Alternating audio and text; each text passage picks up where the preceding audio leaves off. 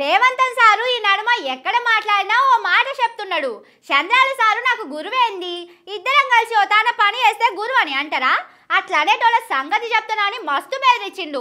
వాళ్ళ పార్టీ వాళ్ళదే, మా పార్టీ మాదే, వాళ్ళకు మాకు దోస్తాన ఏందని మస్తు మాటలు చెప్పిండు. కానీ అసలు ముచ్చట ఏందంటే బయట బూతులు తిట్టుకోవాలి, సాటుకు పోయినాక నాకు నువ్వు నీకు నేను అని పాటలు పాడుకోవాలి. సైకిల్ పార్టీ షెయి పార్టీ దోస్తాన కూడా అట్లనే ఉన్నది.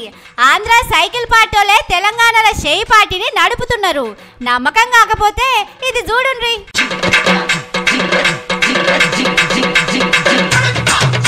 చూసిండ్రు కదా, ఒకటేమో కాంగ్రెస్ వాళ్ళ టిట్టరు, ఇంకోటి ఆంధ్రలో ఉన్న చంద్రాల సారు పార్టీ తెలుగుదేశం టిట్టరు. రెండిట్లల్లా సేమ్ టు సేమ్ రాతలు రాసుకొచ్చిండ్రు. శ్రీశైలం డ్యామ్ కు మస్తుగా నీళ్ళు వస్తున్నాయని గేట్లేసిండ్రట. ప్రజాపాలనకు ప్రకృతి కూడా మస్తు సహకారం చేస్తున్నది, అందుకే మస్తు ఆనలు పడుతున్నాయని రాసుకొచ్చిండ్రు. కాంగ్రెస్ వాళ్ళు రాస్తే రాసుకున్నారు, కానీ సైకిల్ పార్టీ వాళ్ళ టిట్టర్లో కూడా అవే రాతలు రాసుకున్నారు.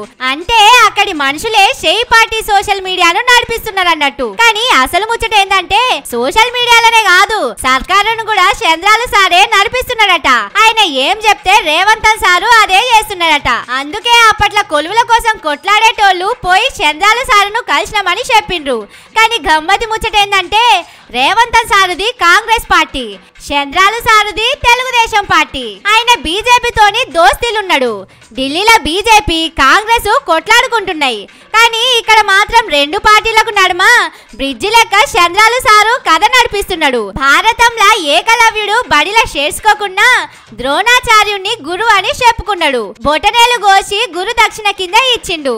అసొంటిది ఏళ్లకేళ్లు చంద్రాలు సారు దగ్గర రాజకీయం చేసిన రేవంతన్ సారు గాయంత సాయం చేయకుండా ఎట్లా చెప్పుండ్రి. అయాల ఏకలవ్యుడు బొటనేలిస్తే ఇయాల రేవంతన్ సారు తెలంగాణను ఇచ్చిండు. గంతే, పెద్ద తేడా ఏం లేదని పబ్లిక్ అంటున్నారు.